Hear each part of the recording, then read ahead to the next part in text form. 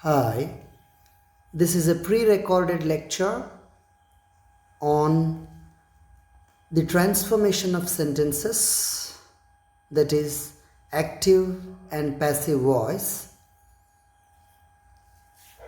prescribed by Mangalore University as compulsory foundation course in English for first semester BBA, session numbers 22 and 23.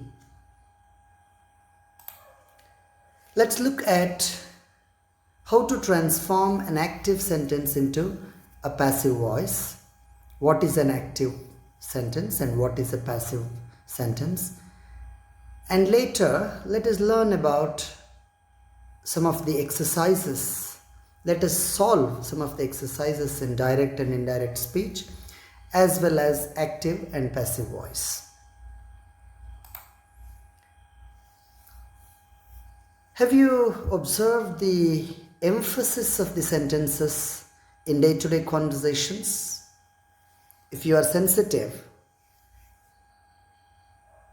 where is the emphasis in a particular sentence? You might have observed by now. I mean, in some sentences, the emphasis is there on the person or thing doing the action, that is performing the action. Whereas in some other sentences, the emphasis is put only on the action and the subject is not much active. The emphasis is less on the subject. So what do we call such sentences? Learning objectives of this session are to recognize the different structures of active and passive voice and to enable them transform from active and passive voice. The session outcome is learners are intended to learn the rules for transformation of sentences from active to passive voice. Let's look at what is active voice. When the subject of a sentence performs the verb's action, we say that the sentence is in the active voice. Sentences in the active voice have a strong, direct, clear tone. For example, look into the sentences. Monkeys adore bananas. So the pattern of active voice is subject, verb, object. Monkeys, subject of a sentence. Adore, verb. Bananas, object. SVO. Look into the second example. The cashier counted the money. Where is the emphasis? It's on the cashier. It's on the monkeys. Right? Look into the third example. The dog chased the squirrel. So the emphasis is on the dog and the verb describes the action. Right? Look into this illustration. So active voice means the emphasis is on the doer or performer. And the sentence syntax is subject, verb, phrase and object. So here in the sentence, the dog is the subject, chased is that verb, and object is the cat. Whereas when we come to passive construction, the emphasis is shifted to the receiver. It is on the action or on the result. Remember the into mark, that is, the subject of the active sentence becomes the object of the passive sentence. So the object of the active sentence cat becomes the subject of the passive sentence. That is, the cat was chased by the dog. Did you understand? Let us discuss little more. All three sentences that we discussed previously have a basic active voice construction. As I just told you, it is the SVO, subject, verb and object. Monkeys adore bananas. The subject monkey performs the action described by adore, the verb, right? The subjects take action in their sentences in active voice. The active sentence consists of monkeys, the subject, adore, verb, bananas, the object. Let us look at the passive voice. When the subject is acted on by the verb in a sentence, we call it passive voice. It is constructed with to be plus the verb's past participle. For example, bananas are adored by monkeys. The money was counted by the cashier. The squirrel was chased by the dog. Where was the emphasis in the active voice? The emphasis was on the monkeys, it was on the cashier, and it was on the dog. Now, observe the shift. The object bananas become important in the passive voice. The money becomes important here. The squirrel becomes important.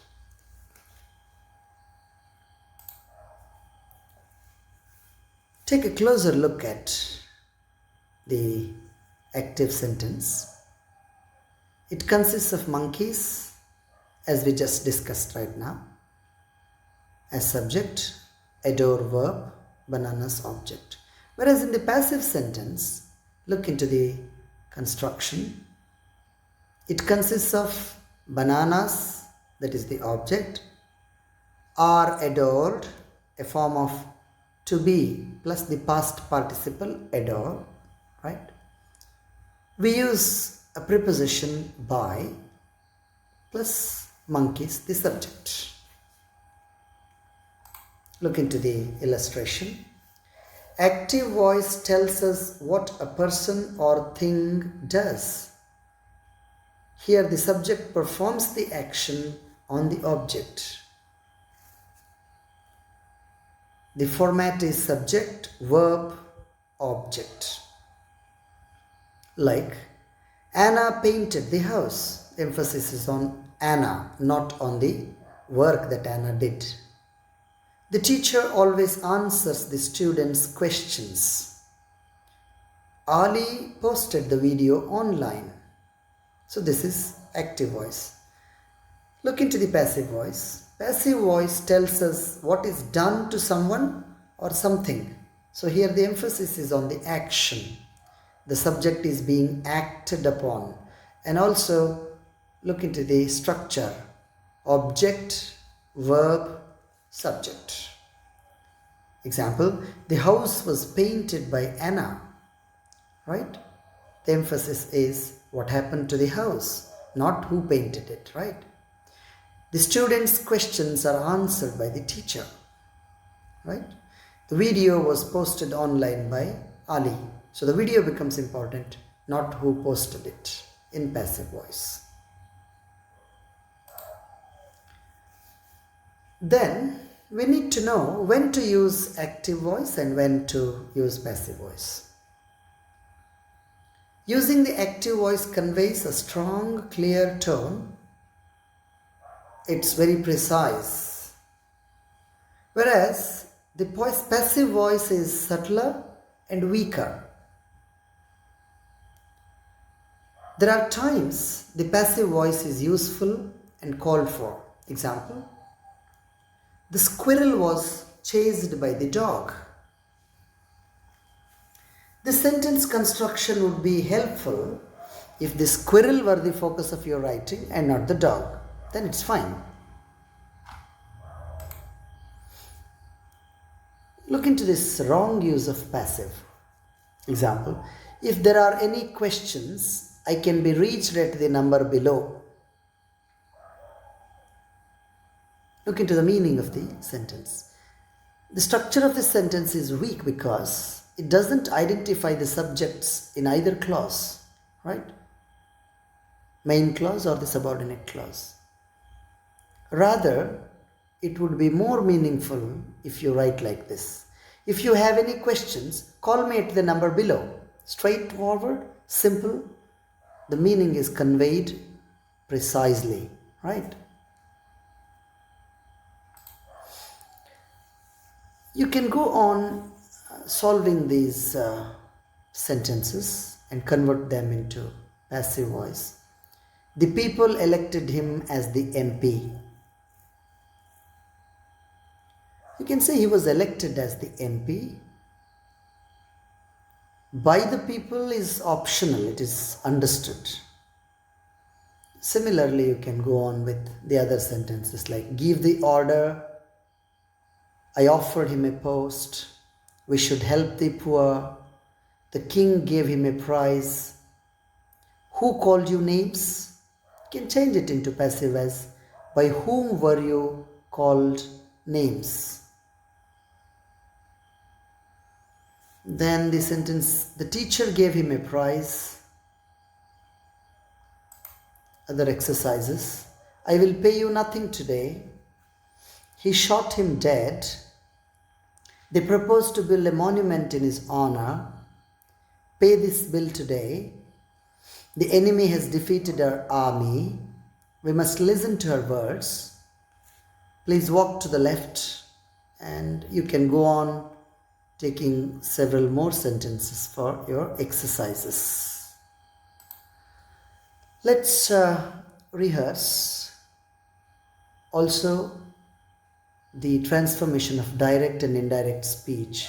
These are exercises. Look into the sentences. Try to change them into indirect speech. He said, I like this house. You can say in indirect speech, he said that he liked that house, right? Rachana said, I will try it. Rachana said that she would try that. Similarly, the other sentences. She said, I saw the fire. Kokila said, I am leaving for Delhi tonight. Sudeep said, I have finished the work. He said, I can do it myself. She said, they had been waiting for this day. Few more sentences. Rama said to the girl, I know you and your aunt. Try changing this into indirect speech. Rama said to the girl that he knew him and his aunt. Right? He said to me, you are stupid. The teacher said, I am busy now. He said, Gopal has been coming. Ali said to the beggar, I know you. So you can say Ali said to the beggar that he knew him, right? She said to me, you have made a great mistake in your life.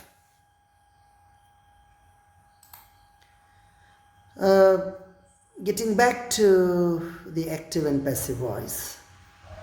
Have you ever thought, why is passive sentence construction more used in pieces of factual writing like scientific or journalistic writings?